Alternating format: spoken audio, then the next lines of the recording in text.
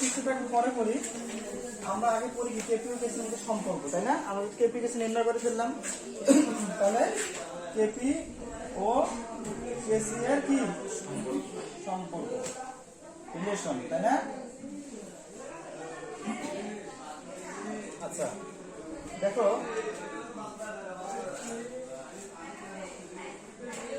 এটা বিক্রিয়া দিয়ে ধরো এ এ এটা বিক্রিয়া বি বি তারপর কি সি সি ডি ডি, তাই না? তো এটা কি বিক্রিয়া। এই বিক্রিয়ার ক্ষেত্রে আমাদের কেপি ইকুয়াল টু কি বলো তো? হ্যাঁ, কেপি ইকুয়াল টু বা কেসি ইকুয়াল টু নির্ণয় করা। কেসি ইকুয়াল টু কি? এখন সি দ্বারা দেখো সি অফ কি, এই যে C to the power C গুণন C of D to the power D, হ্যাঁ C of A to the power A গুণন সি অফ কি ভাই এটা কেসি কেসি না দুইটা ভাই সুন্দর বললাম যে তোমাদের ঘনমাত্রা দিয়ে করতে পারবা, সি দিয়েও করতে পারবা। সি দিয়ে করতে নিষেধ করছিলাম, যেটা কেমন দেখা যায়। তবে সি দিয়ে কি করা যায়? ঘনমাত্রা জিনিস সি দ্বারা কনসেন্ট্রেশন বোঝায় আর পি দ্বারা প্রেসার বোঝায়। বুঝতে পারছো? তুমি দুইটা দিয়ে করতে পারবা, কোনো সমস্যা নেই। তাহলে বি দিয়ে কি বি বি, তাই না? এর লেখা যায় কিনা? উৎপাদক ঘনমাত্রা বা বিক্রিয় ঘনমাত্রা এলো না? সমীকরণ নম্বরে আগে দাও। আচ্ছা এবার দেখো কেপি দিয়ে কি লেখা যায়? কেপি পি অফ সেম জিনিস না, সি অফ সি গুণন পি অফ ডি ডি ভাগ কি পি অফ এ এ গুণন পি অফ বি বি। এটা তো তাই না? এটা হলো কেসি আর এটা হলো কি আমাদের কেপি। আচ্ছা এখন আমরা দিলাম সমীকরণ নম্বর 2, বুঝছো? আচ্ছা তোমরা হয়তো পড়াই সেকেন্ড পার্টে মানে দ্বিতীয় পত্রের প্রথম অধ্যায়ে আমাদের একটা সূত্র আছে, আইডিয়াল গ্যাস সূত্র। আইডিয়াল গ্যাস সূত্র মানে আদর্শ গ্যাস সমীকরণ কি V is equal to nRT. সূত্রটা কি? আদর্শ গ্যাস সূত্র অনুসারে আদর্শ গ্যাস সূত্র অনুসারে কি লেখা যায়? P is equal to NRT. ঠিক আছে? দেখো এই পি কত কি লেখা যাবে? NRT by N by V R T লেখা যাবে। এন বাই ভি মানে কি? সি সি মনে আছে ঘনমাত্রা, হ্যাঁ কনসেন্ট্রেশন। তাহলে পি কত কি দেখা যাচ্ছে? সি আর টি লেখা যাবে এটা যাবে। হ্যাঁ। এখন এই যে পি এর মানের জায়গায় আমরা পি যেখানে আছে সেখানে এই মানটা বসাই দেব। সমীকরণ 2 এর কার মান বসাবো? পি এর মান। বুঝছো তোমরা? দেখো P P is equal to nRT. তাহলে পি ইকুয়াল টু কি? এই যে ভিটা এন বাই ভি লেখা যায়।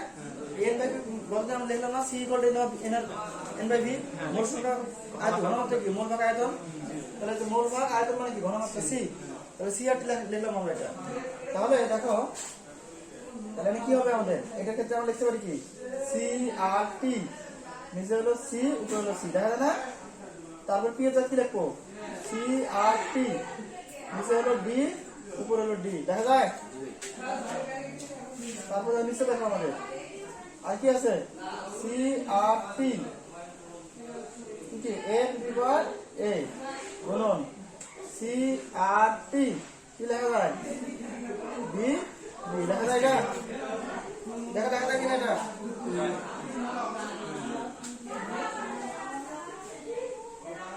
আচ্ছা এবার দেখো, এবার আমরা এগুলো একটু আলাদা করে নেব।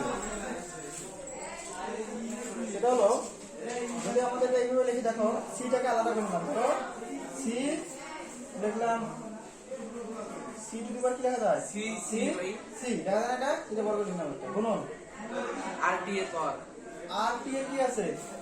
আর টি এর শুধু আমরা কি লিখবো? এবার পাওয়ার টু লিখবো, আর নিচে লেখার দরকার নাই। গুণন এটাকে কি লেখা যায়? সিটাকে আবার নিচে লিখলাম আলাদা করে কত? সি ডি না লেখা যায় না? আবার এখানে কি আর টিটা কি আলাদা করে লিখলাম? আর টি এর পাওয়ার টি আর টি এর কত? ডি লেখা যায় কিনা? বুঝছো তোমরা?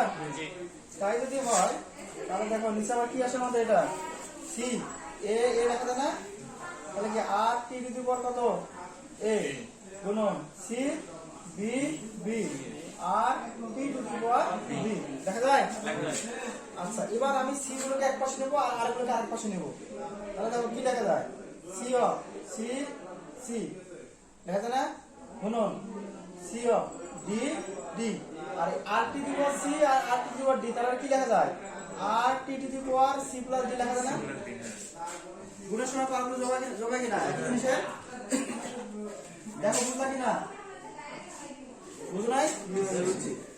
আচ্ছা তাহলে দেখো এবার এখানে সি এ এ লেখা যায় গুণন সি বি বি লেখা যায় তাই না।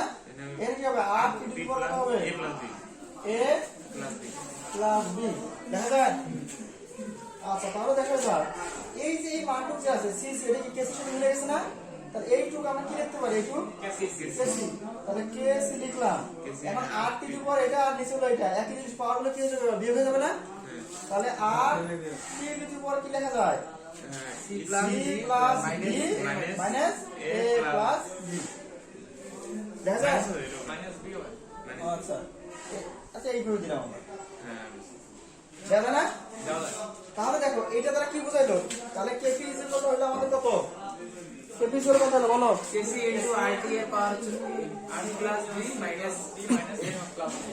হ্যাঁ তাহলে আমাদের সূত্র দাঁড়ালো দেখো যে KP is equal to KC R T to the power উৎপাদের ঘনমাত্রা উৎপাদের মোল সংখ্যা বিয়োগ বিক্রিয়কের মোল সংখ্যা, অর্থাৎ KP is equal to KC R T to the power দেখো আমরা যদি এটাকে n2 ধরি উৎপাদের আর এটাকে যদি n1 ধরি লেখা যায় না রে n2 বিয়োগ n1, তাহলে n2 বিয়োগ n1 কি লেখা যায় ডেল n লেখা যায় না, লেখা যায় কিনা, তাহলে a to the power del n লেখা যায়।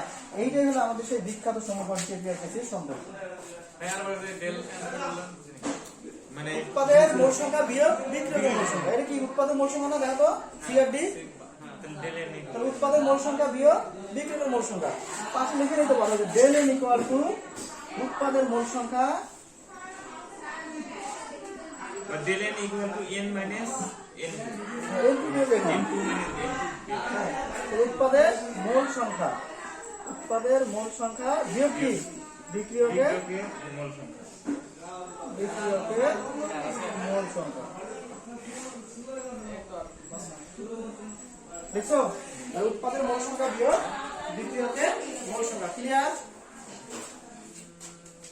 আচ্ছা এখন দেখো এই যে উৎপাদের মোল সংখ্যা বিয়োগ বিক্রিয়কের মোল সংখ্যা আমরা যেটা করলাম, তাহলে এটা কি KP equal to KC R T to the power del N, আর এর মানে কি মোলার গ্যাস ধ্রুবক তাই না, আর এর মানে কি মোলার গ্যাস ধ্রুবক, টি এর মান কি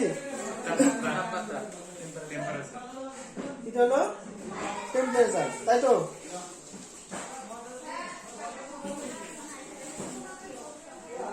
আর এর মান কি এখানে আমরা যে মানটা বসাবো আর এর মান কত বসাবো এটাতে 0.081 বসাবো 0.081 বসাবো এটা চারটে আছে তোমরা কোন মানে যেকোনো একটা বসলে হবে না যে কোনো একটা বসাবো না কেন বসাবো তো বলি কেসি রাখো কি মোল পার লিটার না, কেসি রাখো কি মোল পার লিটার, তাহলে লিটার জিনিসটা আছে তাহলে লিটার এককের মানটা বসিয়ে দেবে কত, তাহলে আমরা এখানে আর এর মানটা বসাবো কত 0.0821 ঠিক আছে। কি তাহলে কি তাপমাত্রা কেলভিনে বসাবো আর কেপি আর কেসি তো দেওয়া যাবে আমাদের। এখন তোমরা কিছু সম্পর্ক দেখো দেখো ডেল এন এর মান দেখো ডেল এন এর মান 0 হলে তার মানে কি দেখো আমাদের এটা কিন্তু এমসিকিউ আসছে ভেরি ভেরি ইম্পর্টেন্ট এটা, তাহলে কেপি ইকুয়াল কি দেখো ডেল এন ইকুয়াল টু 0 হলে কি হবে KP is equal to KC R T to the power 0 0 পার মানে 1 0 মানে 1 তার মানে KP is equal to KC. তাহলে এটা কোন বিক্রিয়া ক্ষেত্রে হবে, যেমন দেখো এই বিক্রিয়াটা হাইড্রোজেন যোগ আয়োডিন বিক্রিয়া করে কি উৎপন্ন করবে 2 হাইড্রোজেন আয়োডাইড, তাহলে 2 হাইড্রোজেন আয়োডাইড তৈরি করলে কি হয় এটা মোল সংখ্যা 0 মোল সংখ্যা 0 হয়ে যাবে, উৎপাদন মোল সংখ্যা 2 বিক্রিয়কের মোল সংখ্যা 1 যোগ করলে 2, তাহলে মোল সংখ্যা যখন সমান হয়ে যাবে সে সকল বিক্রিয়ার ক্ষেত্রে কেসির মান যেটা আসবে কেপির মান সেটা আসবে। তোমাদের এমসিকিউ আসবে নিচের কোনটির কেপি ও কেসির মান সমান, তখন দেখতে হবে কি উৎপাদনের মোল সংখ্যা আর বিক্রিয়কের মোল সংখ্যা সমান আছে কিনা, বুঝতে পারছো? এখন দেখো এটা গেল একটা কন্ডিশন, তাহলে এটা গেল কি 1 নাম্বার। 2 নাম্বার দেখো del n ইকুয়াল টু কি হবে পজিটিভ হলে, del মান পজিটিভ মানে কি 1 2 3 4 5 6 7 এরকম পজিটিভ মান আসবে, তাই না? পজিটিভ মানে কি হবে বলো তো, তোমরা বলো। তাহলে kp is equal two kc, আমি ধরো rt টু দি পাওয়ার 1 দিলাম, সাপোজ 1 মানে পজিটিভ মান। তাহলে এই ক্ষেত্রে কি সম্পর্কটা হলো, kp বড় না kc বড়? এখানে kp বড়। তাহলে del n মান পজিটিভ হলে আমরা কি লিখতে পারি যে kp গ্রেটার দেন kc। তাহলে তোমাদের আসবে যে del n এর মান পজিটিভ হলে নিচের কোন সমীকরণটি সঠিক, তাহলে kp greater than kc। Clear হইছো? আচ্ছা 3 নাম্বার কন্ডিশন দেখো, যদি আমাদের del n এর মান নেগেটিভ হয়, নেগেটিভ হলে কি হবে দেখো নিচে দেখো kp kc rt to the power -1 দিলাম, তার মানে কি লেখা যায় এটা kp kc বা rt, দেখা যায় না? তার মানে এখানে কোনটা বড় এবার? এবার বড় হচ্ছে এই ভাষা kc কেসি বড়। বড়, কারণ তাহলে আমরা এটা কি লিখতে পারি যে kp লেস দ্যান kc। তাহলে 3 নম্বর কন্ডিশন মাথায় থাকবে, আর এগুলো কিন্তু পরীক্ষা আসবে এমসিকিউ এ।